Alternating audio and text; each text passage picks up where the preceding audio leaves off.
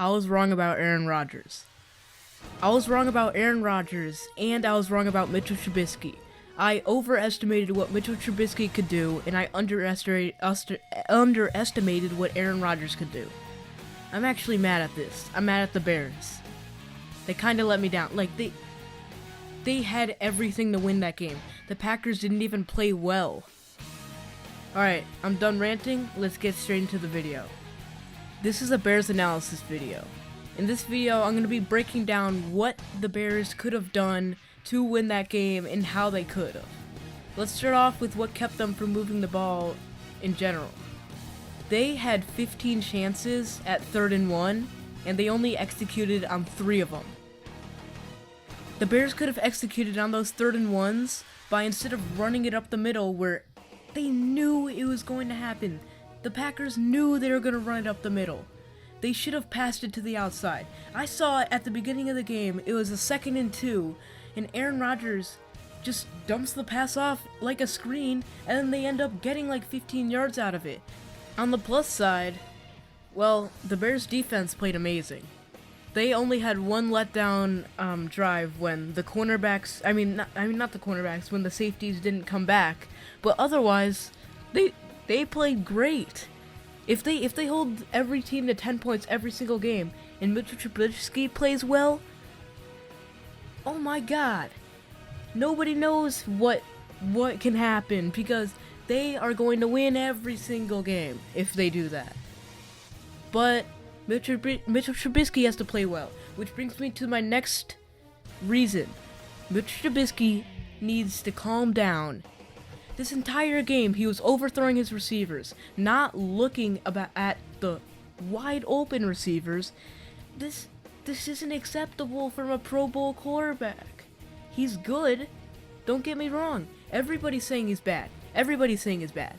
He has a chip on his shoulder now because Bears fans are booing him. Like, you don't do that to your quarterback who has been the best since Jim McMahon. Now, I'm done ranting about fans because everybody knows the last time I've done that. Well, see, Mitchell Trubisky needs to look at the wide open receivers. Once he gets in a roll, he did really good. Like, at the end of the game, he got in a roll. He was really good. He was getting 50-yard bombs they were catching them, but the offensive line kept getting penalties. They were all tired. They are not good. They need to be better.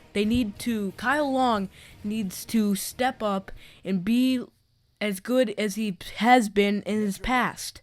He needs to do something. He needs to block. Mitchell Trubisky, see, he didn't have a very good game. He didn't have a good game at all. Okay, fine, he had a terrible game. But the offensive line didn't help. How did the Packers get the same amount of sacks as the Bears? That's not possible. Who do the Packers have on defense? Now who do the Bears have on defense? Like, it doesn't make any sense. But this is what I'm saying. The Bears offensive line needs to block, not hold. They need to block.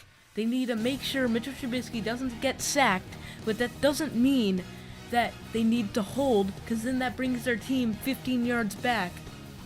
That's especially when Mitch Trubisky throws a 50-yard bomb to Taylor Gabriel. Oh my god. In defense of the Bears' record, well, last year, which NFL teams that made the playoffs won the first game? The Jaguars won their first game. They didn't make the playoffs. Guess who didn't? The Saints didn't win their first game. They lost to Tampa Bay, who didn't play well the entire season. The Bears didn't win their first game. They played against the Packers, who didn't have a good season. I just look this up. Look at any good playoff team's first game of last year, and I bet you they didn't win, and if they did win, then they were the Rams.